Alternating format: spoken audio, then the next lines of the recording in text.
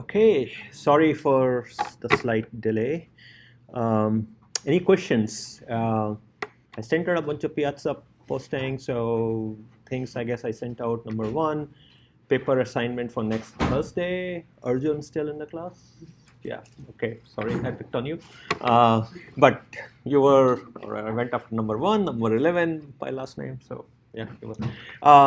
Anyway, second thing is all of you who filled out the form should have received an email from Google thing sharing a folder inside which there are two subfolders, and essentially you should put your those 4 slide reviews in the subfolder titled paper underscore presentation and your main presentation there as well. Okay, so that's I think to one student I sent you. Some of you entered a numeric GitHub ID. I tried; they don't work. So I don't know what they are. So I think I just need a proper GitHub ID. I have not assigned the GitHub repositories yet. So that was kind of the second thing. I don't know anything else. Yeah. Any of you still needing a PTE out here? Jensen? That's it. Oh, great. We have converted very rapidly then. Terrific. So yeah, just send me your student ID and I'll, okay, great. Um, any other question before I jump onto the lecture? Oh, okay. So last time around, we started down this review path, and we were discussing that generically these CPS and IoT devices um, uh, could be viewed as sort of 3 kind of nodes which are somehow connected together, typically across a network of some form. So controls, sensing, actuation, and then when it comes to the type of attacks, you can think of attacks which are trying to corrupt the data or modify the data or do something bad over the network. And some of these things, like I said, we at least in principle know how to handle them very well, even if engineering issues sort of cause problems. So like crypto is pretty good. So in theory, the ability for someone to modify the data content of the packet or look inside the content of the packet is uh, can be protected against, but in practice, oftentimes implementation issues are come into the way, and sometimes they linger for long. Another thing is, though even on the network, one thing to watch out for is that it's very hard to protect against side information. And by side information, I mean that while you may not be able to examine the content of the packet, but by looking at the time of transmission or the signal strength or these kind of things, they are going to leak information about what is happening. So just to highlight some examples, some 2-3 years ago, I'd seen a couple of papers around the following topic, that some adversary sitting outside your home with a wireless sniffing device examines the packets which go back and forth between the sensors, the wireless sensors, which might be part of home automation or home security systems, and then on to some gateway or among each other, right? And by only analyzing the transmission of these packets, and typically when the packets are encrypted, it's the payload which is encrypted, but there is still some necessary packet header type stuff which is unencrypted, and so you do have some additional information like the same sensor is sending information, stuff like that. So from that you can begin to make inferences about activities in the home. You can begin to make inferences about where the sensor might be. I mean, if you think about like currently the way these systems are designed, the sensors trigger when they detect some event. So after a long quiescent period, when a sensor goes on, that quite possibly is because in the morning the activity started, or maybe after people being away for work, they're opening the door. So by looking at these patterns, you can begin to make inferences about the activity, and you can begin to make inferences about how these devices are deployed within the home, what their layout is. So there were papers both along these lines, papers which would seek to reverse engineer the deployment of these devices in a building, and kind of the idea is that once you have that information, an adversary potentially can make use of that for mounting a physical attack, and then also things which would make an inference about activities in the home and all. Okay. Within my own group, we often did work along the lines of like, could we infer how many people live in a home, who are they, which specific activities they are engaged in. So over time, you can begin to kind of drill down into this, even though the traffic is all encrypted. So you're not kind of looking at it. Then I also mentioned that things like jamming and delaying are pretty hard to protect against, in the sense that crypto doesn't help. You have to rely on redundancy and these kind of things to kind of deal with that. And then you have attacks on nodes. These nodes are essentially computers, but in some cases they're pure computing devices like our controllers, but in other cases they have some physical world interfaces, and this is where kind of interesting opportunities for other kind of attacks begin to happen, which is you can begin to affect the state of the software inside the sensors, and put them all the way to the controllers by attacking through the analog interface. So there have been, I'll spend some time over the next few slides on spoofing sensor signals. So essentially, if I can manipulate the waveform that is being sensed by the sensor, I can then fool that. And then corrupting actuator signals, which is a counterpart. There are other kind of things which have happened also, where you inject noise into the circuit and thereby affect the readings. Other common attacks, dislocation, like just moving the sensor around. Sybil attacks, which basically means cloning the thing. And the challenge with these devices is that these low-end stuff is all microcontroller and these kind of things. So it's been traditionally not very cost-effective to make them unique. That is, to embed some sort of a unique ID, unique cryptographically secured ID. We'll talk about it later in the class. It's not simply a matter of network interfaces always have had ID, right? I mean, a 48-bit MAC address for Ethernet, for example. That's not what we're looking for. We are looking for, can there be a secret built into a hardware device which could be used as part of, as a secret that is known by it and some trusted authority in the network. So it can then be used for authentication and other purposes.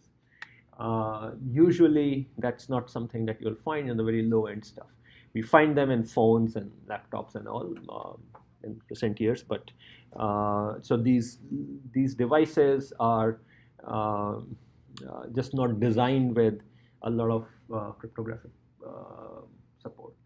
And then finally, of course, there are always software and hardware bugs. We had some discussion last time around kind of these recent things which have come to light, but generally it's complex things will always have bugs.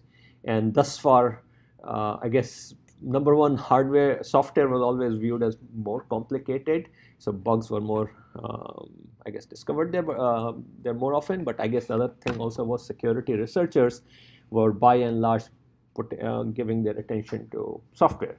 So bugs in Linux stack and Windows and OS X and stuff like that. I mean, that's what was happening. I think what has begun to change, and there is a security researcher called Bruce Schneier who publishes this blog, and after the recent processor bugs, he makes the claim that this current round of bugs were only about being able to snoop into the data.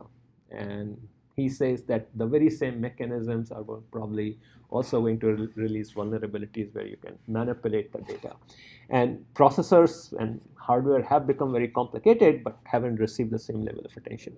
Last quarter, there was a talk by this Professor Michael Franz from UC Irvine. I don't know, any of you recall Yeah, okay. So if you took 297, the seminar course, so you would have done that, but he went into the way software is attacked and how you exploit various kind of bugs, particularly this bug called buffer overflow problems. Anyone heard of it?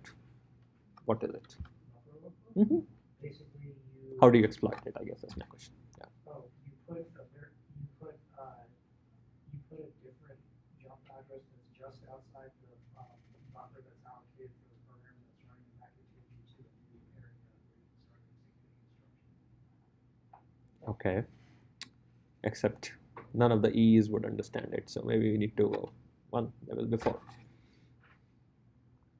Try to explain again. So, More basically, more at a more basic level. okay, you exceed the memory space that's allocated for the program such that it still needs whatever's after that, but that particular instruction on thread is a malicious one that takes you to somewhere different than what's originally allocated. Okay, let me take a go at it. Okay, so few things. So bits residing in computer memory fall into very broadly into code and data, right? And uh, you and for a variety of purposes, we do sometimes the two worlds meet, right? I mean, in the sense that there are parts of our system which think of program as data, like an operating system loads a program. So for it, program is just a piece of data. There are things like just-in-time compilers and scripting languages and all, where during the course of execution, you're generating new, like your data, you write data, and then that data is then treated as code, and then you kind of execute it, right? So this distinction has always existed, and so memory pages are marked traditionally, whether what kind of things they are and what access patterns, what kind of access is allowed. Can I read it? Can I write it? Can I execute it? But traditionally, when it comes to being able to read or being able to execute, that distinction sort of wasn't present. So that's one thing. Second thing, many programming languages, they do not check bounds on arrays. So when you have array data types, you don't declare, even if you declare a length, that's kind of advisory in the sense that there is no runtime check that when I'm writing to x index I, that's actually within the array. Isn't only like programs like languages like C and Yeah, it's like C, except that it's a pretty important language. Okay, I mean, before you dismiss it, that applies to Objective-C, that applies to C++, it applies to much of systems programming because you're close to the hardware. So in particular in C, when you say an array of length 10, that tells the compiler to allocate storage for 10, but at runtime, when you write x of I, and if I is 100, it will, the language specifications say that x of I, x square bracket I, is nothing but write to the ith memory location start after the start of the array. And for sake of efficiency and frankly for the sake of a lot of cool stuff we do in the operating system and embedded programming level, there is no runtime check on that. So that's point number 2. Point number 3 is the way function calls work. Right? So when you make a call, to allow for an arbitrary level of calls, these things are organized as a stack, which hopefully you have all seen. So every time a function makes another call, we kind of go deeper into the stack, and these things are called stack frames. And one stack frame maintains a pointer back to the previous stack frame so that when you return, you can kind of go back to it. But the main thing is that when in a function, when you're seeing local variables and all inside the function, they're actually sitting in that stack frame. And nothing is preventing you from taking an address of one of those variables to find your location in the stack and then use that as the base place and then offset from that and begin to mess with other regions of the stack, even in other stack frames, right? So for example, if in my function I say I have an array of size 10, if I'm well behaved, I will only mess with those 10 locations, but I can say x of 1000, and that would actually take me to some other part of the stack which may be belonging to not even to me, it may actually belong to uh, uh, some different I might be inside the kernel, might belong to the app, or I might be in the app, belong to some kernel area. So I can do all sort of messy stuff there. So these three things. So a very common bug which exists, and in fact which you should take care of avoiding, is that whenever an untrusted source gives you a piece of data and you are going to write it into a data structure, and if the data structure does not do any automatic runtime checking, then you must do that, right? So for example, if I have a character buffer in which a user input is, user is typing it, let's say someone is sending a string to your program, a remote and sensor, or maybe a text box on a web page or whatnot. Before you write it, you should check whether the actual size is one which doesn't exceed what you have allocated. Closely related fact also out here is that in C, character array strings do not carry explicit length in it. How do we know length of a C string? 0 and 9, right? Okay. Whereas another, like if you use string class in C++ and all, they have a length which is separately carried, okay, and therefore they can kind of do all those kind of checks. Okay, so a very common bug, and which repeatedly slips through, is where you don't use these kind of checks, and then what the adversary does is it feeds to your program either through a network connection or through a box on your web page or whatnot, a carefully designed, much larger string, which is much larger than the actual buffer you have, and that causes stuff to be written elsewhere in the stack, and in particular, design carries code in it. That string actually has code in it. And so what you do is you muck with the return address on your stack and change it so that now it jumps to an area of the stack where, guess what, you just wrote your own bytes because you caused this overflow. So now you caused a jump to a part of the stack where you have your own code. So there have been all sort of, so the whole talk last quarter by Professor Franz was on how to deal with these things. It's kind of a game of a battle of wits between the two sides. So one part of the defense is you make things non-executable. If so, like this, there's no reason for the stack to be executable in most cases, for example. Okay, that's part of the defense. You randomize things. So instead of the adversary depends upon knowing something about where specific things are so that they can carefully write code to override it. So you randomize the layout. It's called address layout randomization. But then the bad guys become smarter too. So you randomize the layout, they do runtime checks to figure out your layout. Okay, so they do probes. They look for specific byte patterns. So even if every time your computer starts up or every time that program runs, it might be keeping data structures at different location, but the adversary is now actively probing.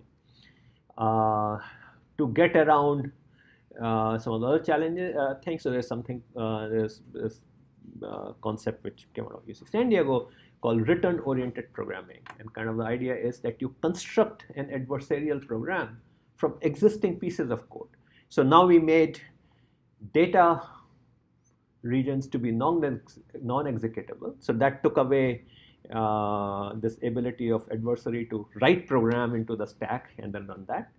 But you know, we already have programs sitting there, and we already have these programs which have sort of, if we look at them, byte patterns which are just the right one we are looking for. So we compose an adversarial program by looking for these byte patterns in the existing code, existing valid code, which corresponds to doing an instruction and returning, doing an instruction and returning.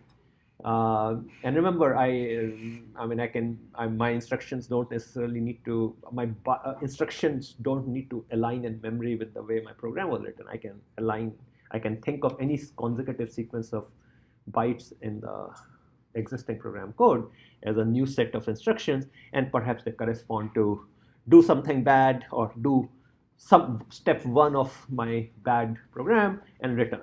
And then I look for the pattern which corresponds to instruction 2 and instruction 3, and we kind of combine them together. So what these guys at UC San Diego showed was that you could create essentially complicated malware by scavenging bits and pieces of instructions which are already there and stitching them into a program like this. So it's called return-oriented programming, that your program consists of step 1, return, step 2, return, step 3, return, and you're kind of stitching them. And then comes defenses against them. So this thing has been sort of going on for a number of years, and there's nothing which is kind of perfect. And even static compile time checks and all, that can I declare the code is safe and all, don't work, because some of the attacks only can manifest themselves at runtime. So it's a difficult thing, and it's going to be always with us. So essentially, complex things are going to be vulnerable. I think the bad news is that our hardware has become so complicated now that the very same vulnerabilities we are beginning to see, and kind of the recent processor attack is kind of a wake-up call of sorts, that no longer can we say that we can design chips in EE and computer scientists have to be the one dealing with security. I think chips are complicated enough that you need to think about security implications there. Okay, so a lot of time attacks on embedded systems are simply because all these software things, bugs exist, and I guess at some time processor bugs. A lot of time is simply because they are either using boutique operating systems or operating systems which have been being bashed, and sometimes these vulnerabilities just remain around. An interesting question that, again, the same speaker, Michael Franz, had asked was, what do you think is more secure, open source software or closed source software? Closed. Closed is more secure. And why do you think so? Because I read the paper you used assignment for first one. The research used the open source code to discover the point to attack the software. So that I think closed software was safe. Okay. So firstly, the answer, there's sort of pros and cons. Actually, the normal orthodoxy is that open source is more safe because everyone looks at it, and if there are bugs, we find it. Okay. But what the speaker last quarter had pointed out was the actual situation is a lot more complicated. Firstly, some of the high-profile bugs which appeared in the past couple of years were actually in open source software. They were there, and the software is so complicated that you don't kind of necessarily notice it. Okay, even kind of lots of eyeballs looking at it don't necessarily. The issue that he kind of brings out is that big companies have access to software tools which can help make the code more robust. So there exist now tools which analyze the code and look for vulnerabilities. Okay, and these are very expensive tools. I mean, you're talking about things which are $50,000, $100,000 type licensing fees and stuff like that. They're kind of like our chip design tools and all. So open source community often doesn't have access to them. So when it comes to the creator attempting to look for vulnerabilities in the code, I think open source community is a bit of a disadvantage. A lot of eyeballs, but lack of access to sophisticated tools. So that was kind of one of the points he was making. Okay, so lots of incidents like that. This term zero-day flaws, anyone heard of it? No? Okay, So zero-day flaw refers to, it's a very common term, it basically refers to flaws that exist in a system fresh out of the box. Okay, it has not been corrupted by the user configured.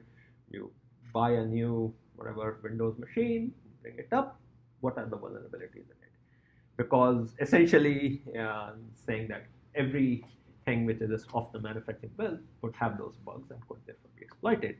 And they are not a result of a user misconfiguration or things like that. They just are bad design, I guess, is how you would put it. And Google has this concerted effort to look for these kind of zero-day bugs, as they call it. Okay, so these are essentially designed into the system.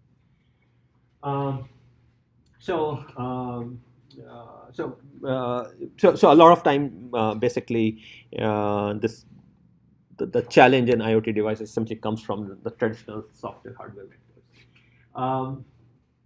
Uh, this is a point which sort of I made last time as well. But when we think about the kind of threats that exist in CPS and IoT, you have to think kind of out of the box a little bit. So I mean, it's very easy to think, yeah, car crashing and stuff like that. But there are other kind of harm. So there's certainly physical harm, but then there is also financial harm and reputational harm and harms to various kind of entities, owners, users, organizers, manufacturers, and all of these things could be attackers, and all of these things could be the targets.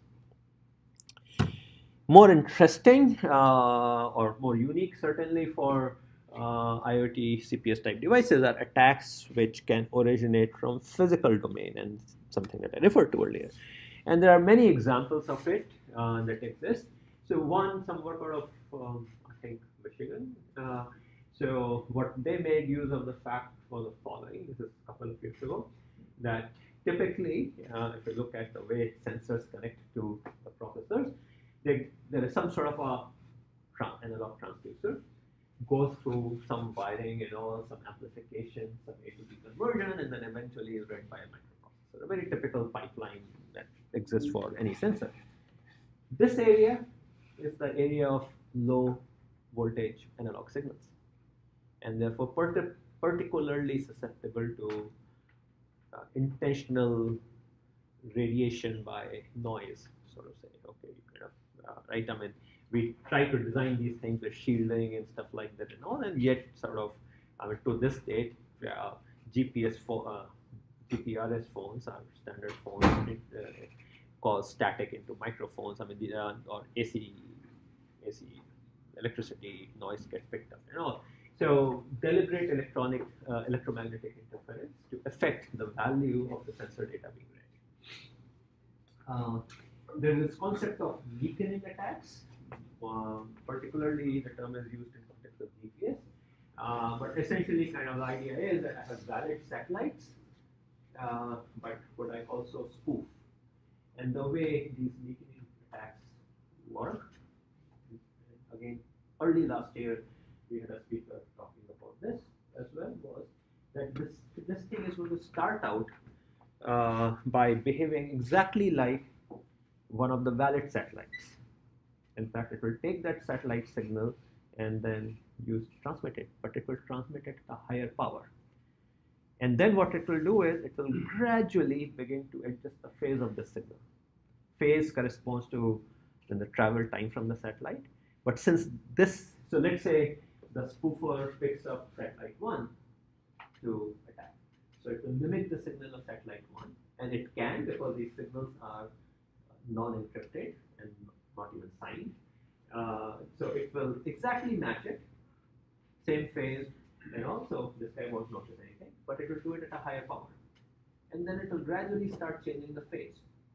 The way the radio receivers work is that they will track the stronger signal and discard the weaker one as noise.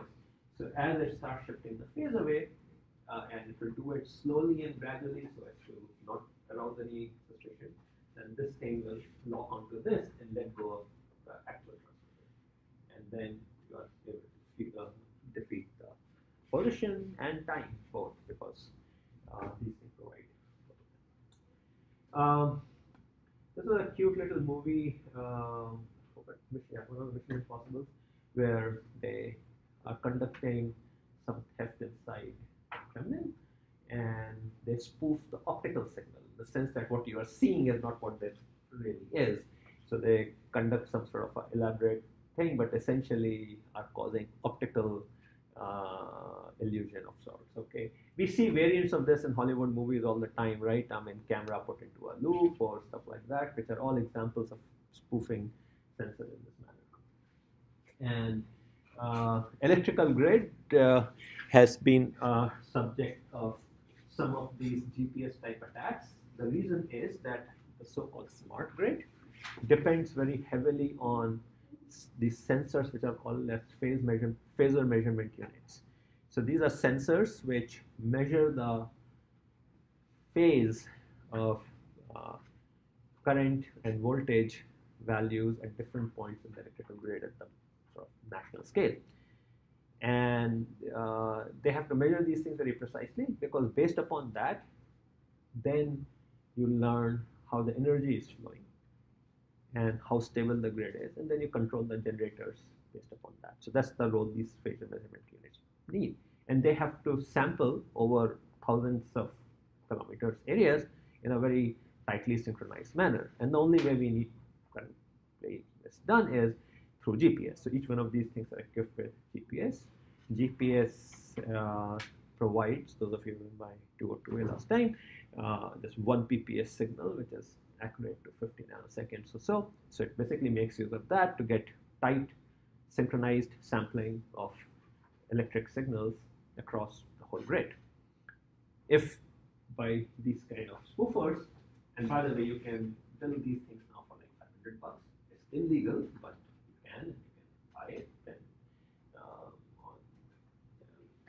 on various websites selling this stuff. So you can mimic a satellite and attack grid and cause the trip and so on and so forth. So the Ukraine example, which I had cited last time, is one which is often brought up, but there are some others where similar suspicion has been raised. Eventual goal at some level with these is that we want to confuse the control. And in recent times, electric vehicles have been a favorite target. A lot of, not electric vehicles, but vehicles in general, okay? So a lot of vehicles now use sort of radars and cameras and ultrasound sensors and stuff like that. And all of them are susceptible to attacks. So blinding attacks with cameras. So Mobileye, this was this Israeli company that Intel bought for a few $billion last year. Their systems are in most of the cars. So they have been a favorite attack. Essentially, kind of the idea is that could I make the car think something else about the reality than it is? LiDARs have been attacked. LiDARs are used on really high-end cars only currently. So I think a Mercedes model, and I think Audi has just come out with one. So they're not very common because LiDARs are extremely expensive. They're run into anywhere from $10,000 to $100,000. So expensive units, but they can be attacked because essentially it's a laser version of a radar. In my group, and I'm going to go into this in a little bit more, we did some car hacking work a few years ago to attack the anti-lock brake system in a car. And again, kind of the idea is, in this case also, if we can spoof the, if we can fool the control into a bad mode, then we can cause bad things to happen. Hacking cars received a lot of attention starting a few years ago. There was a center out of University of Washington and University of Massachusetts focused exclusively on attacks on cars. There are some attacks on cars which are also mounted through the wide open digital door, as I put it. So how many of you know of this OBD2 port in cars? Several of you, right? I mean, so if you pretty much any car made in the last 20 years, there is this little, looks like kind of a gigantic serial port somewhere under the steering wheel well, and basically it's an interface to the CAN bus, which is the network inside the car. And then the microcontrollers in the car or processors in the car, which are called as ECUs, engine control units. Even though they're called engine control units, they don't necessarily are tied to the engine. Essentially, any microcontroller in the car, whether it's controlling your tail light or whether it's controlling your stereo system, is called the ECU. So they're all on that network. And then when you take the car to the mechanic or for smoke check and all, they hook up to your car through this OBD2 interface. You can probe, check the status, you can control things, you can also, guess what, write new firmware and stuff like that through this thing. So that has been a favorite attack vector. And that falls into the category that I had 2-3 slides back, wide open digital door. That obviously does require access to the insides of the car, but a valet could do it and all. And what researchers showed was that there were a lot of weaknesses in that vulnerability, the way those things were designed also. Going to this ABS attacker, just to show how one can go around doing stuff. So this was my former student, Yasser Shokri, who did this work. So what we set out to do was, our thesis was, if we could get the anti-lock brake system to malfunction, we can then get the driver to lose control. And if you can do it just in the right time, remotely, great. So the way anti-lock brake systems work is that they measure the wheel speed.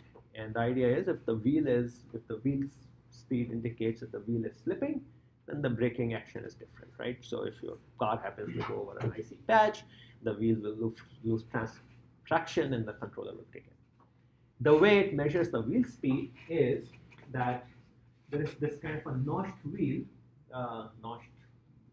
disc, which is mounted right next to the wheel. So you just look under the car, you will see something like this. And then there is a permanent magnet. So as this wheel rotates, as the wheel rotates, this disc will rotate, and therefore the magnet would then see kind of a periodic magnetic field, because these structures cause perturbation into the magnetic field. So somewhere is a permanent magnet, and there is a magnetic sensor, and which is measuring field after the field is being disturbed by this rotating wheel. So there's some sort of a, let's say, a sinusoidal waveform structure which you then amplify and then get the velocity or get the speed and feed it into the anti-lock brake system, into the ECU where the control algorithm is running. So what we did was kind of like those headphones which are very common, where you do noise cancellation, right? You cancel the ambient noise and then play the music. Bose ones are pretty well known, but sort of at this stage many other companies do. Same concept we applied. So we made a tiny little circuit. This is the part which goes into this air gap which exists, which is just a few millimeters wide, and then sort of a little additional unit which has a radio and all, so that you can talk to the car from some meters away. And essentially what we do is we cancel the magnetic field and then inject our own. Okay, so kind of the idea is then that the attack signal, we shape it so that we can give the system the illusion of an arbitrary wheel speed, which we get to control from over the wireless. So original wheel speed may be something like this, and then we could basically, we had the ability through, essentially it's a control system that we end up running, which is cancelling and injecting our own. So what it ends up showing is, so this is a simulation done using a commercial strength simulator. So initial one is just a way anti-lock brake system is supposed to do. The car went over the icy patch and the anti-lock brake system behaved as it is. Now we are attacking the one of the wheel sensors, and then you would see that the car just totally loses control because we gave the control algorithm the wrong illusion of the speed. So how could we defend against something like this? Any thoughts? How would you do it? This kind of sensor attack you can imagine in a variety of other contexts also, right? I mean, this happens with the car. Before you drive out. Check your car before you drive about, okay, sure, or make your car so that these sensors are not easily tamperable. Okay, what else?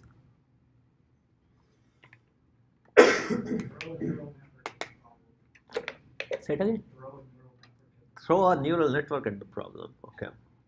How?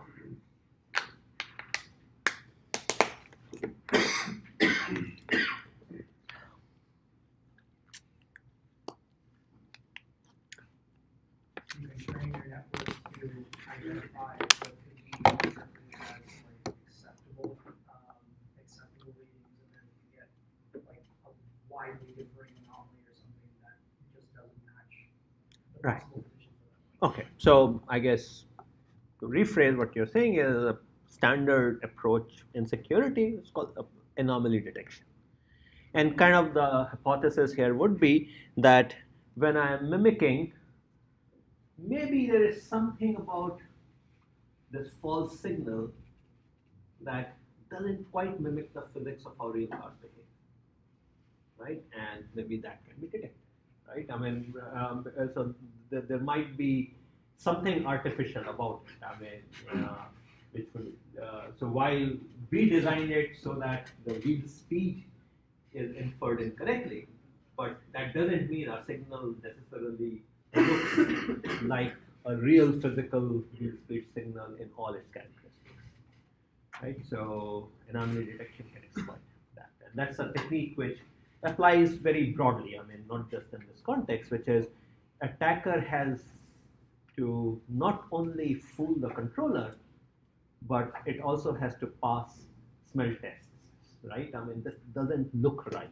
and a neural network could be trained to potentially kind of do that. Okay, that's one. Yeah. So, I mean, there's other ways to tell speed of the car. So, Okay. the car is GPS equipped. Cars GPS equipped, and yeah, those so other type of sensors you can bring to bear. There, or so essentially more diversity at the sensing level and making the sensor more robust. Perhaps we can make just the sensor itself more robust to it. And so those are other approaches you can bring out. So, by the way, nowhere did crypto appear in this thing. I mean, clearly, sort of these kind of attacks and all, you have to think for a broader set of mechanisms that exist. Another one which has caught on a lot of interest in recent times and is attempts to fool machine learning. And there have been plenty of examples in now. So started out by attempts to fool uh, vision systems. Kind of the idea being that there are a lot of systems in place now where the camera looks out for objects in the real life and then classifies them. I've read that in, I don't know how many of you are from China, but I've heard that cameras are pervasive in China and that they are being used very widely for tracking and all. In many other cities, London, Sydney, New York also to some extent. There are lots of places where high density of cameras which have been kind of deployed. They all kind of rely on various ways, either traditional computer vision or neural net based things and all to kind of work. Autonomous vehicles are heavily dependent upon it. So the attacks really are going after that. Could I fool the computer vision system in the car to misclassify? So, for example, maybe when it sees a stop sign, instead of seeing a stop sign, it actually sees 25 mph. So could we do that? And there are a couple of different ways that it's happening. One is that you add just rightly shaped noise to the images. So the image looks okay to humans on first blush, but because of that added noise, the classifier kind of goes into a different direction. And the other one which has happened is that you put deliberately design stickers or something like that on that image. And humans will say, ah, this is something. I mean, we see graffiti and we see kind of posters all around, but these are specifically designed, perhaps at a higher intensity level or whatnot, in order to kind of fool the vision system. So Google has published some papers on that with tiny little stickers put strategically can cause total misunderstanding of the scene. Another class of work which has begun to happen just in recent months, and my group is also engaged in it, is attempt to fool digital AI assistants. So all these things like Siri and Alexa and Google, and I guess that's the Microsoft behind Cortana. So a lot of these examples, which are basically another interface, an acoustic one, again into kind of these kind of recognition / classification systems. So lots of attempts beginning to happen, starting with some attempts where could we send hidden voice commands, right? So the idea is that these are voice commands which are hidden into other commands. Okay, essentially, maybe a song is playing, and then we embed the bad commands within the song, and so it could be a malicious advertisement on the TV, plays some music, but buried in it is some command to purchase some costly item from your Amazon account. Okay, so you can imagine those kind of things. Then, second type of attempt was inaudible voice commands. So now the idea is you don't have to rely on the song and all. It's just that the sound is not hearable to humans at all. And what these work have made use of the fact is that microphones nominally are designed for human frequency ranges, for music and voice and stuff like that, but no electronic system has a sharp cutoff at our upper end of our hearing range, which is, let's say, around 20 kilohertz or so. In fact, microphones remain sensitive all the way deep into ultrasound, 50, 60 kilohertz as well. But they're not very good at those frequencies, right? They have lots of distortion. They're highly nonlinear. Whenever things are nonlinear, what that means is that they create harmonics. So if I put in acoustic signal at that high frequency range, after going through all that nonlinearity, is going to create this. The distortion would be thought equivalently as it's creating shadows of that signal, but at other frequencies, some higher, some lower, including some which are actually in the hearable band. They are not being heard by humans because all of this is going on inside the microphone, but the circuitry inside after the microphone, the one which captures it and all, will see some shadows of those signals. And kind of the idea behind this work was we designed these high frequency signals carefully so that after all of that distortion, the image they produce in the hearable acoustic frequency range is interpreted by the electronics there as a valid command, and the machine learning logic there. Okay, so there are a couple of groups which have kind of shown where again they can. I mean, they started out with kind of an attempt to jam these systems. That is, you can essentially create kind of a zone where these devices will not be effective. You're just jamming these microphones by essentially creating noise in the acoustic range. But then more recent work shown that you can also issue false commands. And then finally, a student of mine, Mustafa Azintot, what he has been doing is voice commands which humans hear one way and the machines interpret another way. Okay, exactly like what was happening in the image arena. So in this particular case, your TV, that ad on the TV now, instead of burying it in a song, it will say something, it will sound yes to you and it will sound no to that device or vice versa. Okay.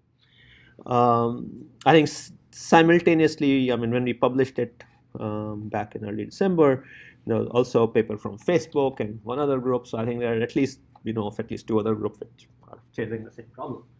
Now, it turns out, so the way all these systems which attempt to fool machine learning work is that you're somehow trying to perturb the input so that the classification is wrong. And a favorite target of attack has been the deep learning networks because they are the ones which do the best on images and sound and all at present. And the way sort of you go around attacking them is that you analyze what the decision surface of the classifier is. That is, if you think of the space of inputs, the classifier draws some boundary and then decides classification is one way or the other. And then you look at it and then you add noise so that you maximally move away to the wrong side. So let's say I'm at a point where I'm on one side of the decision boundary. Then what I do is I just want to cross over to the nearest decision boundary onto the other side. So I just add targeted amount of noise in a desired direction. And this is a little bit like the way we train these networks. Whenever we see an error, then we adjust the weight so that we move things in the correct direction. Here we move the input into the wrong direction. So one of the challenges which comes in case of voice is that most voice systems, recognition systems, the features they use, which are the so-called MFCC features, Capstrom coefficients, they are non-differentiable. So what the game you cannot play is, oh, I want to make the output appear wrong this way, and therefore compute how should I adjust the weights very easily. You can't go around kind of looking at sensitivity. So some additional sort of different kind of approaches called gradient-free approaches get used in this. I'll probably have Mustafa give a lecture on this work. He's much more of an expert in this than I am. But long story short, we use an optimization technique called genetic algorithms, which has been around for a few decades, applied to this context. And then on this particular website, we have some sample examples. Right now, the state of the art out here is that we can fool at the level of single words. So not fool at the level of entire phrases. At the entire phrase level, you also have to worry about grammar and other more complicated things also, which come up. But in any case, what you see out here is what's in machine learning parlance is the confusion matrix. So what you have out here is a bunch of single word target. And what our goal is, what we are doing is we are doing what is called a black box targeted attack. We know nothing about the innards of the system. And our goal is, like for example, I might want to say I want go to be interpreted as a no. So what our system does is, with 93.3% success rate, we can make a go to be interpreted as a no by a machine. Okay. So some cases we do pretty well. This was one of the good examples. On the other hand, like left being interpreted as yes, 70, and so on. But then you listen to these things. I mean, they truly to human ears sound pretty fine, but we can fool them this way. Yeah. Why do some of the mappings to themselves have less than 100%? Mapping to some themselves 0 because that's not an attack. I mean, like up and up is like 93.7.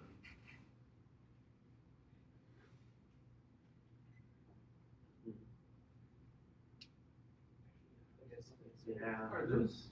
No, I Are think they like those splits maybe? yeah, they're flipped. Yeah, something Okay. flipped. Yeah, I'll have, yeah. I think maybe just one side we're trying to put it. Yeah. Thanks for pointing out that too. But, okay, but kind of that's the idea out here is targeted attacks. There are various other variants. Sometimes you know about the adversary, the system you're attacking. So those are called white box attacks. And the other thing is targeted attack versus non-targeted attack.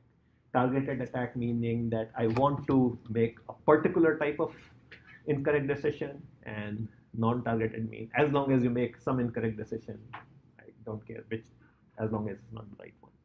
So, and in the image case, it's the same way out there. So obviously, black box targeted is the most desired from an attacker perspective.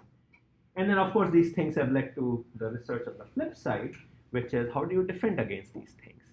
And again, a little bit along the lines of what Arjun was mentioning earlier, you can think of it as an anomaly detection problem. That perhaps the attack signals have some weird characteristics to them, which could be detected.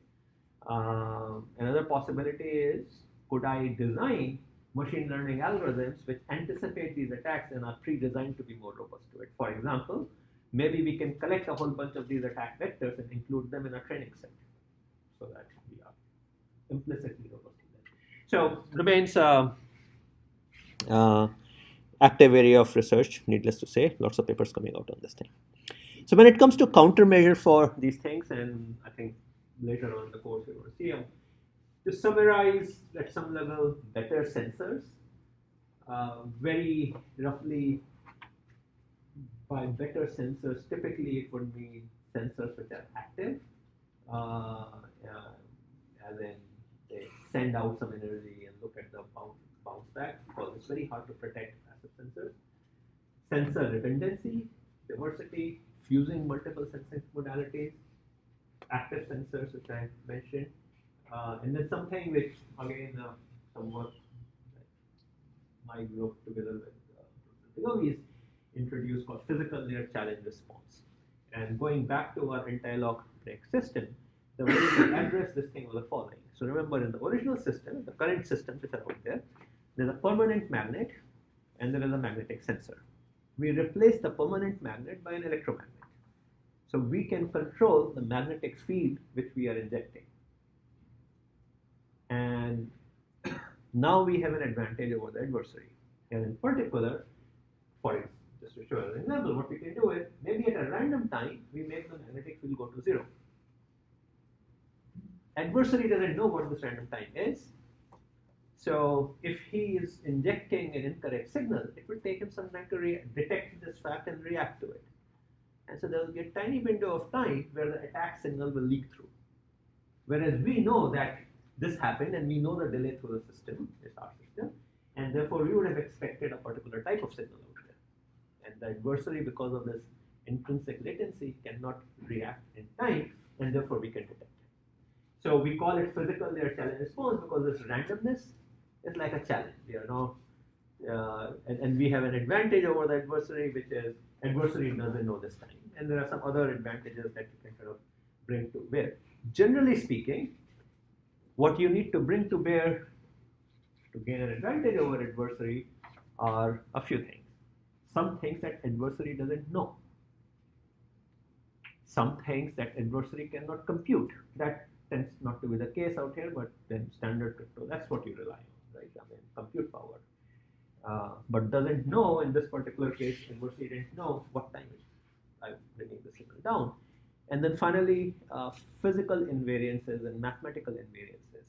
There is nothing that adversary can do which can violate causality, which can violate speed of light, which can violate things like, let's say, triangular inequality, stuff like that. So just to give an example, some years ago we did some work on mobile phones lying about their location to the cellular infrastructure.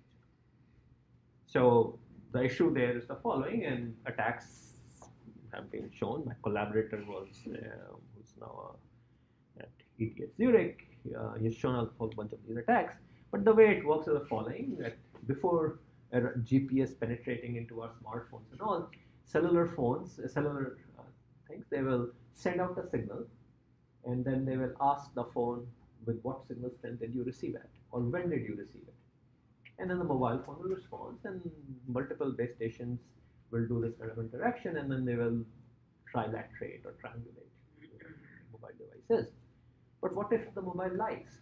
So base station sends me a signal, and I respond to it, or maybe the base station asks me to transmit a signal at a particular time or with a particular amount of signal strength, and I don't do it correctly. You tell me to send it out at 1 watt, maybe I'll send it at half a watt. So I send out a weaker signal, and therefore you will think I'm farther away, because you assume I'm sending out at 1 watt, but I'm actually sending out at half a watt, and therefore I'm pretending to be farther away.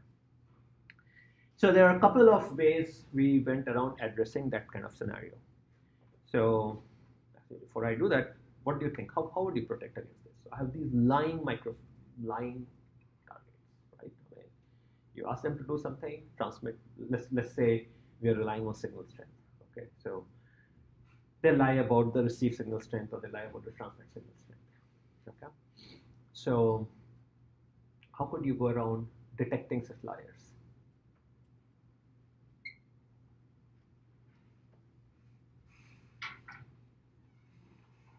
So we have to bring to bear something that the adversary cannot violate.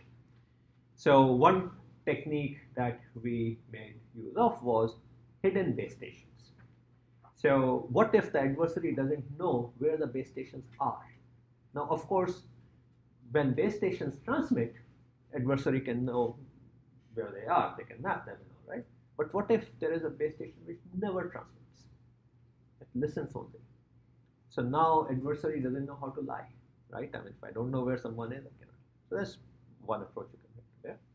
Another one is triangular inequality. So let's say I'm surrounded by 3 base stations. I can lie to 2 of them that I am farther away from them, but then I cannot simultaneously lie to the third one because geometric constraints are going to come to play. So the degree to which I can lie simultaneously to all the base stations is constrained, and so I have to sort of make use of that. And final one in some cases is speed of light. I can and causality. So like for example, if you send me a challenge, I cannot send a response before I receive the challenge, right? Because by design I don't have a challenge. And speed of light, I mean, I cannot try as I might, I cannot do anything where the signal travels faster than what speed of light would permit. So, so while we lose cryptographic support and all in these kind of attacks, you do have these physical properties to help you out, in addition to redundancy and all, which you can bring to bear. And the work in this space have basically exploited that.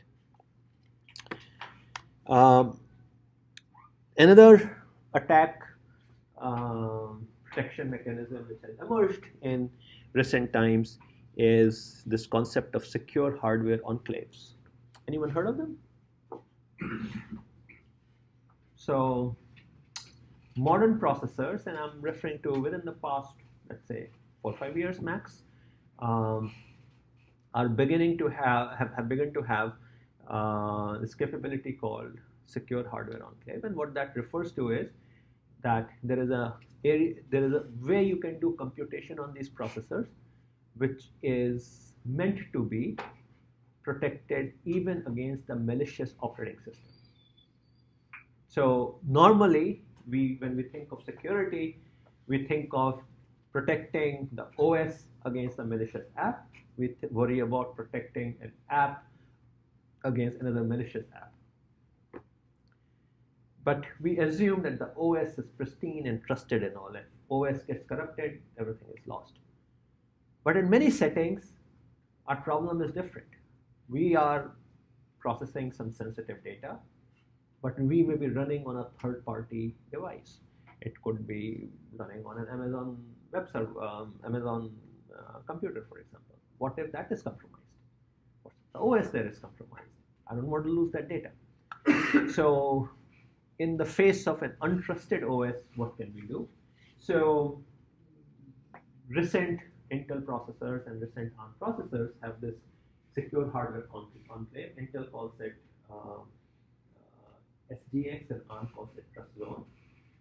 But kind of the basic idea is that somewhere there's a mode inside which an application can run and has access to a protected area of memory which even the OS cannot examine.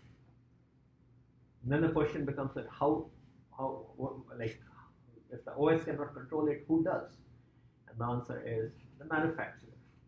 So the application shares a secret with the manufacturer, namely Intel.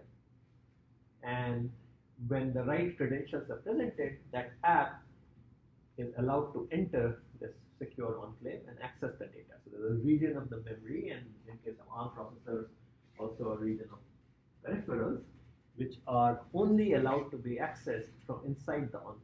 And the OS cannot enter the enclave because only those who have the right trust relationship with Intel would be able to kind of enter that. So that's kind of the idea. So you work with a server from Intel to establish a shared secret, and then you create an enclave, and then you go inside. So this way, your medical data, for example, can get processed on an untrusted server, and you arrange for the right kind of certificates.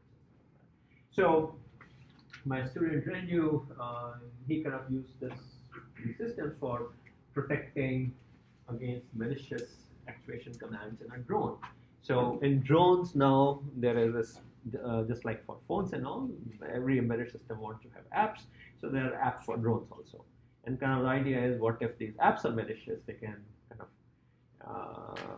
give false actuation commands and stuff like that. So what Renju's work does is that inside this secure world, he basically runs a checker which basically checks whether it's kind of a simple decision maker.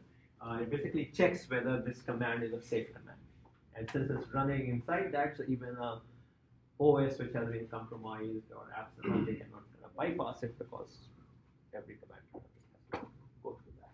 So that's the concept, and this SGX is being used for SGX and TrustZone are being used for a variety of sort of sensitive applications. Not quite there yet on the embedded side at the low end. So when I say ARM, these are still processors of the smartphone category, but late last year, like 2017 fall, the Cortex M7 series processors, which some of you used in R202A, began to offer this capability. So this secure world or secure hardware enclave is percolating down to kind of the low-end processors as well. And let's see, we are at a 5:10. Let's take a 5-minute break at this stage and then continue.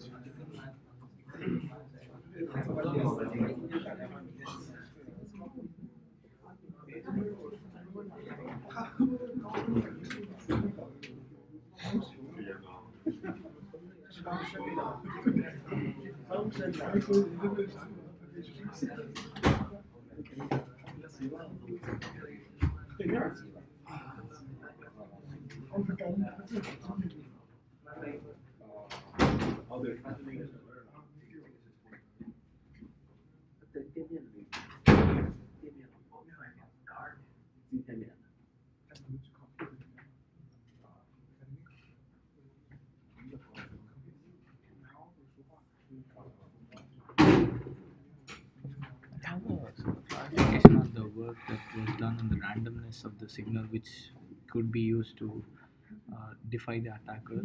You're talking about the braking internal brake system one? I'm not sure, but the one which came after, you said how to avoid. But if you are using a very specific, the next one. This one? Yeah. Yeah. Okay. So can the randomness not be a point of contention for the attacker as well if he manages to break through the system? Like, as in, if he knows. If he uses some sort of, I mean, randomness is hard to detect, but I'm not sure if it's. No, so we are so the challenge here is in the terms of the time instant, right? And basically, we are relying on the fact that adversary detection circuitry will always have a delay, and in fact, the way information theory works is we can, by offering you a lower SNR, we can increase your decision time, so we can increase your reaction time, right? So that's where we are gaining the advantage. And so adversary has to consume some certain amount of delay, and adversary doesn't know when I'm throwing the challenge, so it cannot anticipate in advance. Okay, very similar concept has also been used to protect against something called distance bounding, to prove that I am close enough to you. Okay, we'll see in one of the future lectures, but it again relies on a similar thing that adversary cannot. The only way for adversary to beat the system is to anticipate when I'm doing this thing. So either it breaks into my random number generator. So if my attacker should be inside, the attacker should be inside. Yeah, so attacker would have to be insider. Okay, so either attacker has to, or maybe my random number is not No, it's not truly random. There's some pattern to it, right? Or adversaries and an insider. One of those things will need to happen. But if that's not the case, and I think that's easy to design for, generally speaking, you'll see kind of this. I'm basically making use of causality and delay. These two properties. Like more making use of more the physical properties. More of the physical properties, exactly. And thing is, I mean, these are I guess, I mean, I don't want to use the word fundamental, but the thing is, there's no easy way to get around them, in the sense that there is no way for adversary to anticipate and also to have zero detection delay. Even if he manages to break through, but it'll be some point of time before which we can bring up our own self solution for it. Well, I mean, firstly, there is no zero delay detection. Okay, it can be arbitrarily small, given a more sensitive adversary, and also at any given point in time, how much delay an adversary needs is essentially a sensing problem. Like how good a sensor adversary has. Maybe he has a better sensor than I do, but still there are certain information theoretic bounds that one could still bring to play. But so we are translating what is normally a problem of saying adversary doesn't have enough computing power to one where we are saying it doesn't have enough sensing capability. That's basically what's happening. Okay, let's restart.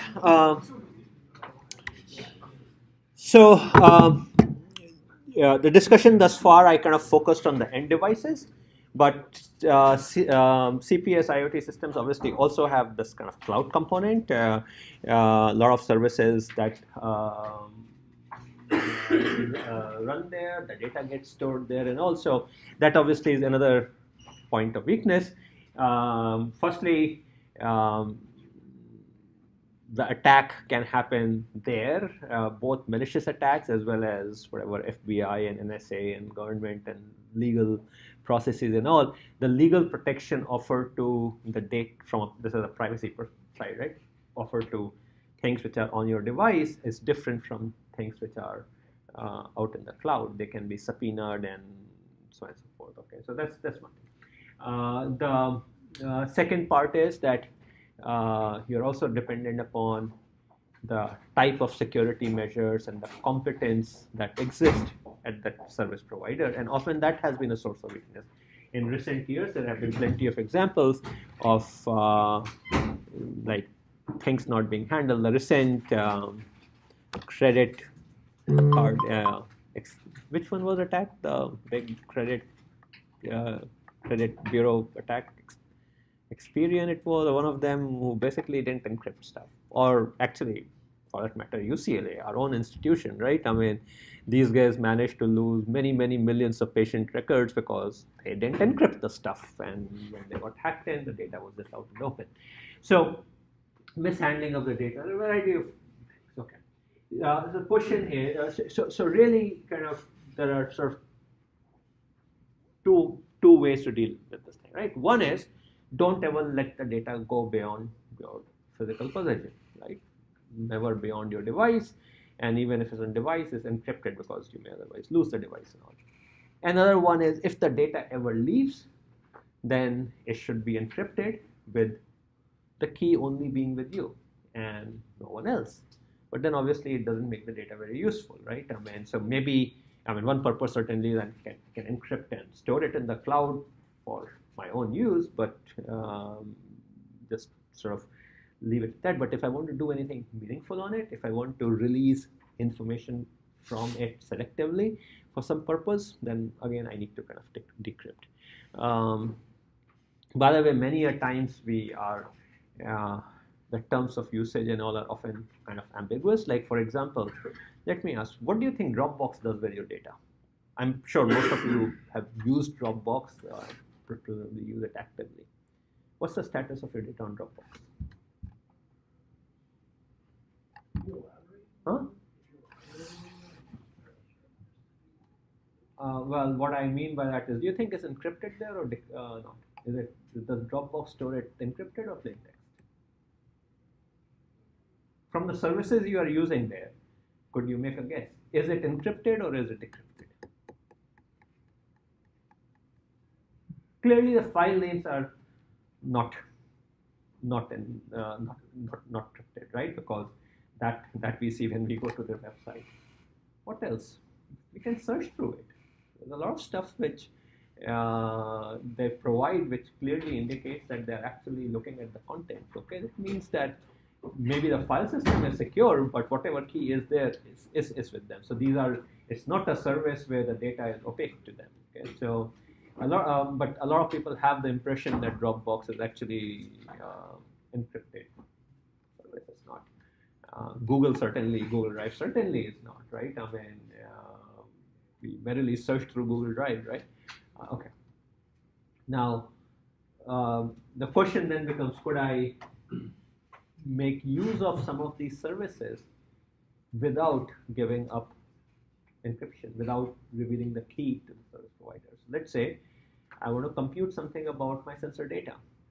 Let's say I want to find out how many steps I took, but can I get the answer, how many steps I took that day, without actually giving up, without actually making the raw sensory trace, unencrypted raw sensory trace, available to service provider? And short answer is that right now, if you were to do it, you'll say, okay, even if I'm using encryption, it is just to get the data to the service provider, and then I'm going to decrypt it, and I'm going to do the computation and get the answer, right? But the problem that you're saying is a different one, which is they never get to see unencrypted data. No one ever gets to see it. Not even the processor. There's no register ever in the processor where it kind of holds it. Could we ever kind of do it that way? That would be the ideal. Okay, and then you can begin to relax it. Maybe I'm okay with the registers and the cache and the processor knowing it, but no one else, and not the operating system, and then kind of back off from that. There are many variants of this. So can an IoT cloud service provider provide its service without seeing the clear text data? And if we could do it, there are lots of nice things you could imagine doing. Like, for example, a lot of crowdsourced sensing kind of system. I mentioned Waze last time, but there are a whole bunch of other stuff where we are expected to report things, and yet our mere act of reporting can be a giveaway. Whistleblowers, people who are working on the side of the good guys against the criminal enterprise, these kind of people, right? So you don't want your act of reporting being traced back to you, and therefore you essentially entering into some risks as a consequence. So in vehicular context, can vehicles report stuff while still not allowing governments or companies like Waze to track you? People have shown that with systems like Waze, you could track individual cars. How many of you use Waze? One person. Wow, two. Okay. Three. You do? No, Jensen? No. Yes, no. Okay. Waze, this traffic system, right? Yeah. So it relies on people reporting, right? And they'll say, oh, there's a cop there, fallen tree there, stuff like that, and all right. I mean, and Uber drivers use Waze a lot. I mentioned it last time when that attack by students in Israel, where they had run a whole bunch of Android emulators to kind of do fake things. But here the problem is different.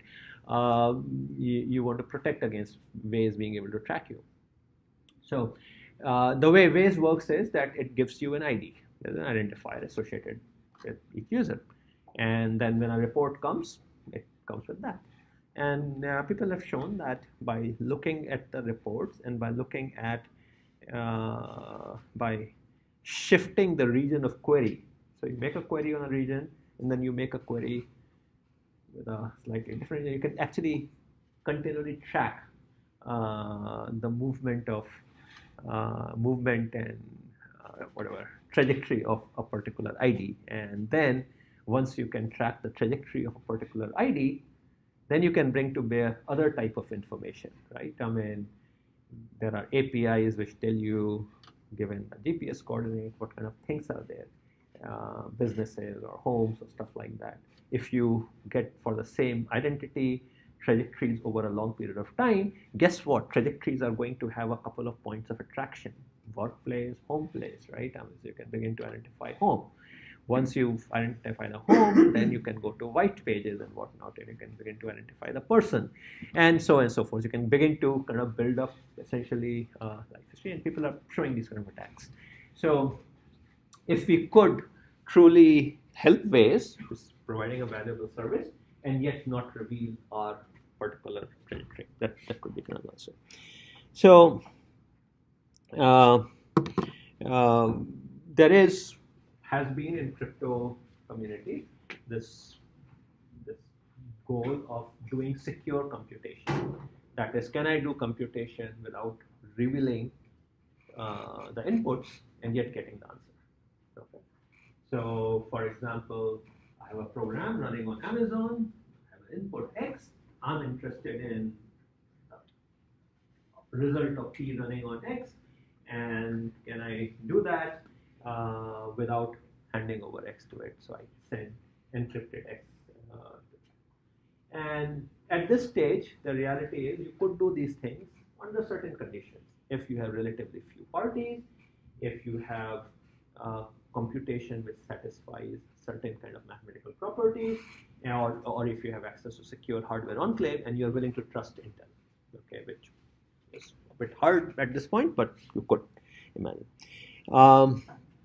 Gateway security is gateways are another point of vulnerability. So it's not simply the cloud, but oftentimes our data is funneled through various kind of gateways, and these gateways are actually in a pretty privileged positions. Sometimes when you visit some organizations or airports or whatnot, and when you register on Wi-Fi, sometimes they talk about certificate not trusted, and you kind of do it right. You basically like you're in a rush and you say, okay, go ahead, let's trust this certificate and all. The problem is that this is kind of a man in the middle. They can actually subvert this whole trust system that crypto kind of builds upon, and force you to accept certificates which are signed by them, and so on and so forth, and essentially introduce a vulnerability. So there are a lot of attacks which can be monitored. They can also look at timing. For example, let's say sensors at my home going through a gateway that I purchase. A lot of these things are sold from unknown, whatever, cheap companies, or maybe it's even my Time Warner, which has the modem, right? It can examine the packets, not break the content because it's encrypted, but it can certainly examine where it is headed, knowing that it is headed to alarm.com, which is my security monitoring company. It's not hard. Those IP addresses are known and all. Knowing the timing of these packets, guess what? From the timing patterns of these sensors, you can certainly tell a lot what's happening when I'm leaving home, right? So these kind of attacks, side channel attacks, become pretty kind of interesting. Size of payload, timing of payload, these are all things which can reveal a fair bit. Okay, take a camera image. The raw camera image monitoring the scene will always be the same size, but a compressed image will not be, right? That depends upon the scene complexity.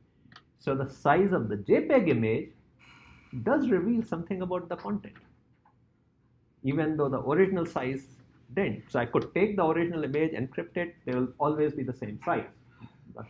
But I take the compressed image and then encrypt it, I'm giving up something. In fact, another thing to take away from this thing is encryption and compression are enemies. Because compression, if you do first, begins to reveal something about the content, because compression inherently is exploiting content. So this middle device can play games and examine the size, examine the timing, and begin to infer stuff about what is happening out there. And so how would you hide? How would you for these kind of side channels? I'll see. You want to not have the side channels have any information about the content, right? So the answer would be whether I'm at home or not, the sensor traffic should look exactly the same, right? And that will come at a cost. That's why I said compression and security are at odds. and I would make another statement, power management and security are at odds because power management relies on consuming just the amount of power which is needed. But what is needed is a function of what is happening and therefore gives away information. So you want a flatline power profile so that the recipient cannot enter. So a lot of things we do for optimizing for valid goals of improving system performance often come at a cost of leaking information. And most of you are E's. I mean, this is an issue that as you design hardware, you have to worry about, right? I mean, if you're designing something which shouldn't leak information, there are all these ways it can leak information.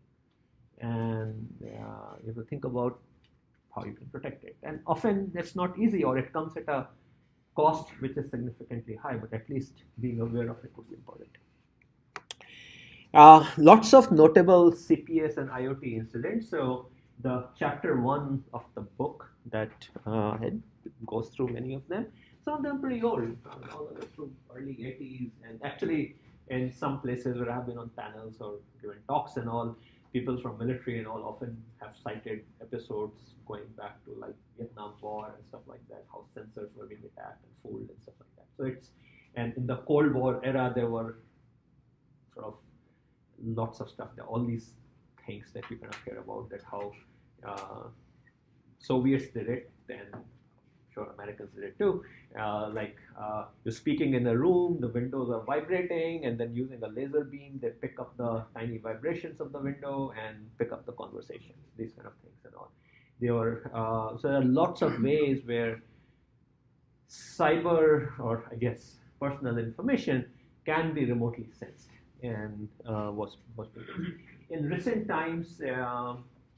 There have been several groups which are pretty dedicated towards attacking what are called as air-gapped computers. Air-gap was a term I talked about last time, which is a computer which was never connected to the network. So always had a air gap relative to rest of the cyber world. But it can still leak information. So when I use the computer, what are the different ways? Let's say I brought a fresh Apple laptop. Don't connect it to any, or whatever, whichever laptop. Okay, never connected to anything. Okay, what are the ways you can infer content of what my interaction with the computer? Oh, I assume you're still connected to a power source, right? Let's say I'm not. Let's say I have a huge battery. I'm a professor. I can have a lot of batteries purchased a priori. So what kind of signals are being emitted by a device? No, I'm not connected to radio. Okay, heat signatures are one. You could use an IR camera to pick up something, right? Keyboard sound, disk noise, EMI, changes in my screen things. So even though you're not looking at a camera, there's perhaps still like there are lots of things which can be exploited, and people have shown that disk noise and all have been there. And in fact, so the idea is now what these groups are showing is that, let's say NSA gets in cahoot with Apple, let's say, okay, and I buy an Apple laptop and I'm security paranoid, so I'm not going to hook it up. It will remain air-gapped. But Apple put some malware in there on behest of NSA, and then it can use some of these channels to also send out information, right? So, for example, I can turn on off the disk rotation and make deliberate noise, which can be picked up. So you can use these other channels, very slow channels, to send out information as well. So there has been obviously a lot of these kind of attacks and all. Again, the air-gap one group is the same group out of Technion, which did the Waze work. They've been publishing quite a bit on exploiting these kind of physical channels that exist on these computers to exfiltrate information of different types: sound, heat, EMI, light, stuff like that. Going back out here, so of some of the interesting episodes, there was one which is some blow up of a Siberian pipeline in Siberia where Soviets had stolen control software from a Canadian company, American company influenced that Canadian company, and eventually caused an explosion. So that was very early episode. More recent one, Stuxnet. How many of you heard of Stuxnet? Some, right? So this was actually was quite a bit in news 2009-10 time frame, where essentially Iranian centrifuge plants, which were enriching for plutonium, um, enriching uranium, sorry, to create bomb material, self-destructed. And it came out that it happened because of a malware. And the way this malware worked was quite interesting and nice. And while not proven, the suspicion all pointed to some sort of a combination of Mossad, which is the Israeli intelligence company, Israeli intelligence agency, and the Americans. And the code came out, and there were ancillary attacks also happened because the malware had spread to some other control computers in other countries as well on a smaller scale, but the main target was this Iranian thing. So what happened there? In a later lecture, I'll probably have one of you present the analysis paper on that, but these industrial systems, the industrial embedded systems are controlled by what are called a SCADA system. Okay, it's called Control and Data Acquisition. I don't know what that stands for. Maybe system for control and data acquisition. Okay, so these industrial systems, and they're all over factories, power plants, stuff like that. Okay, ships, a whole bunch of places. At the heart of them, there's something called PLCs. PLCs are, the full name is Programmable Logic Controllers. They are basically state machines. They basically run. Those of you again were 202A. You remember one of the very simple scheduling strategy is a cyclic schedule. That is, you run a set of instructions and you repeat it every so often. So most PLCs are designed that way. You basically have some sort of a time period. It's usually 10, 20 milliseconds in that range. At the beginning, you read all the sensor values, and then you do some computation, and then you write all the actuator values, and you kind of repeat this process. And there are companies like Johnson Control and a whole bunch of other Siemens and all sort of make these PLCs, and usually these are essentially microcontrollers, ARM processors, these kind of things. They're often in the form of little boards plugged into a chassis, or but they're like our microcontrollers, or maybe at the upper end they represent, let's say, a Raspberry Pi or a BeagleBone class computing power. But that's where they are, and the programming model is this periodic: read sensors, compute, write, and do it synchronously. And there are a whole bunch of programming languages, sort of graphical things and all, which have developed. It's a pretty arcane way of programming, very rigid, but it's been around since 60s, so it's still used.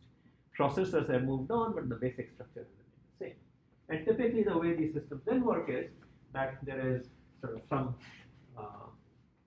system called HMI, human-machine interface, where the operator kind of sits down and composes these programs. These programs are often referred to as ladder logic, but and then also monitors what's going on and all. So this HMI talks to some sort of a network to these PLCs, and the PLCs could be all over your factory, ships, and all, controlling your machine. And then there are sensors which are kind of monitoring these things. And then finally, in large-scale systems where you have multiple of these things, then there will be some sort of a central control station. So it could be an electric company where it has these things all over, and then there's a central server which kind of just collects data from all distribution plants and transformers and whatnot, and kind of fix the code. So that's how it kind of looks like. So programs are composed out here, They are sent, this like the firmware goes down to the PLCs, and that's where they run. Now, in Stuxnet, what happened was they firstly somehow, and there's always some human vulnerability, they got an infected USB stick to go onto these HMI. These are just PCs. It had a virus which was specifically designed to detect that it is an HMI for a particular Siemens brand of PLCs, which Iranians were known to be using. And then what it did was it corrupted the program which compiles the code out here for this. Okay, so remember the user operators are writing these code using this ladder logic and all. Okay, and then it gets compiled into machine code and then it's sent over. So the HMI machine was infected. It so one thing it did was it essentially, like I said, messed with the compiler, so the firmware which is going out was now polluted and it would cause damage to it. Now, of course, if it just cause damage, it will be detected. So the second part of the attack was that they also messed with the system so that all the sensor displays looked okay. So even though the centrifuges were spinning themselves out to death, the sensors were reporting as if everything was okay. So the operators never realized it until it was too late. Okay, so a combination of human weakness of whatever a protocol violation, outside USB getting in, corrupting the programming, and corrupting the feedback interface. Collectively together is how Stuxnet. It targeted, targeted these systems made by Siemens specifically, but the concepts were pretty general. And since then, it has spurred a lot of further computer science research and all. Like for example, one of the ways to protect against this thing is perhaps you have an entity out here which examines the firmware coming in for safety. That is, you reverse analyze it. Is it resulting in a safe control system? When it comes to control, perhaps the sensor part, perhaps have a separate sensory pathway. Okay, so that you can know that things are okay. So there are a whole bunch of other things, and I'm sure Iranians probably, obviously, would have done that. Interesting attack in a reverse direction, Iran doing it. 2011, a US drone was captured. So a drone operating in Afghanistan, apparently nicely veered into Iranian airspace and landed there and was captured. And while I think there's still a speculative element to it, but the theory is, or supposedly what happened is, that they relied on the GPS spoofing. Now, remember, this is a military drone, so it was using military GPS thing, so you would say, okay, it's not necessarily susceptible to it. But the way it was designed was that if the military channels are not available, then it would fall back to civilian channels. And this points to a weakness of wireless. You can encrypt it away, but you cannot make it jam resistant. You can always block the signal or overpower the signal. So that's what the theory goes, and like I said, not proven, that Iranians jammed the military channels, causing the drone to fall back onto civilian channels. Then they spoofed the civilian channels and caused the drone to think that it was still in near an airbase in Afghanistan, and it landed merrily and was captured. So, attack on the sensors. This is a weakening attack, and the Swiss group I refer to, actually former postdoc of mine. I mean, he's probably the world's leading authority in these kind of attacks. Besides, this Professor Todd Humphreys at UT Austin. These two guys have been showing these kind of attacks left and right. I mean, this is for real, and every GPS thing out there is vulnerable to these kind of attacks. The final one is that I want to highlight is something I mentioned last time also, the IoT DDoS attack. And this was essentially lot of unprotected IoT devices which are using default passwords. So this is one of the most maddening but preventable weakness in IoT devices, which is they come with a password which is well known. Either it is just password, or you go to the manufacturer's website and they tell you what the default password is, and people never bother to change it. Okay. How costly do you think would it be to give every device a unique password? Every device made by that manufacturer otherwise identical design unique password. Nothing. But they still, for some reason, don't do it. Anyway, malware corrupted all of these. So in this case, once your password is out there, obviously the software may be super resistant, otherwise it doesn't help. It organized them into a botnet. So botnet, what is a botnet? Anyone?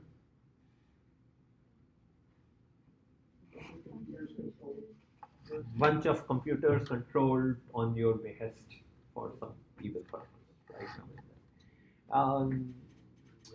Actually, I'll ask honeypot. Anyone knows what that refers to? Kind of a luring mechanism.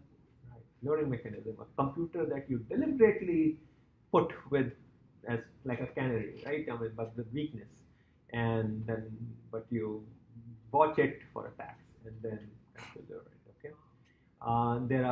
There is another one which I heard something similar term, which is for passwords. You create the real password and a whole bunch of canary passwords, and then if one of those is ever used, you now know that you have been compromised. Okay, so there are all sort of defense mechanisms that have interesting names.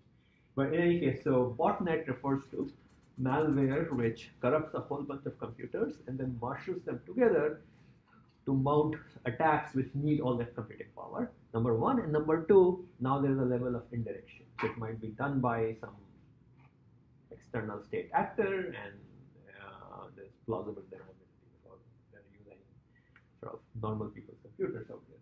So what this particular attack did was, its goal was to flood the DNS provider.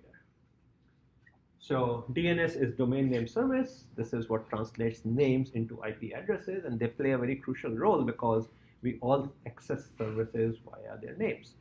So if you attack the DNS server, you essentially bring that initial layer of the internet, which does this translation to its knees, right? You're basically, all you're doing is making lots of queries to it. And DNS is nothing but a database. You're making a query, it responds. And while it is designed for, let's say, reasonable resilience and all, these botnets are massive. Tens of thousands of computers just kind of doing it. There are protections against them being developed as well, because you don't want these attacks to reach the destination. So the idea is, if we can detect attack happening at a network scale, then we can prevent them closer to the edge, closer to the starting point, and then not have them. So by coordinating action across different ISPs and all, one could do it, and some of those efforts are happening. Took down many major websites, because while you could still reach them if you knew their IP address, modern websites are not designed that way. When you access www.google.com, it's not a particular machine or a particular IP address that you're going to. When the DNS server sees that google.com, it will then map it to one of many machines as part of a load balancing strategy. So knowing the IP address, oftentimes they keep changing, even you don't know, and so names matter. That host estimated economical cost $17 billion for it could very well have been an adversarial nation or whatever, but in this case, the weakness originated from the IoT device. A few years ago, another incident like this was, I think I had it on one of the earlier slides, Target, where the credit card numbers were stolen, and the initial attack happened because of the computer which was part of the HVAC system. Okay, so that had the weakness, and that percolated into things. So there are plenty of incidents of these kind of things are happening, and God knows how many of them are not reported out of embarrassment and stuff like that, but they are just all over there. So time's up for today, so I'm going to stop, but the next thing I want to cover is privacy. Next time around, so we do have one presentation, and then again we'll present Thursday. So from now on, we'll be kind of in that mode where let's say 2/3 of the lecture will be mine, and then we'll have a paper. So try to come and start talking with me about your project ideas.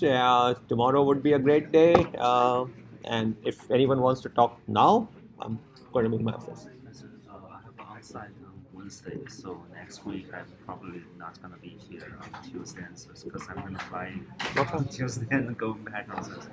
Sorry Sure. about that.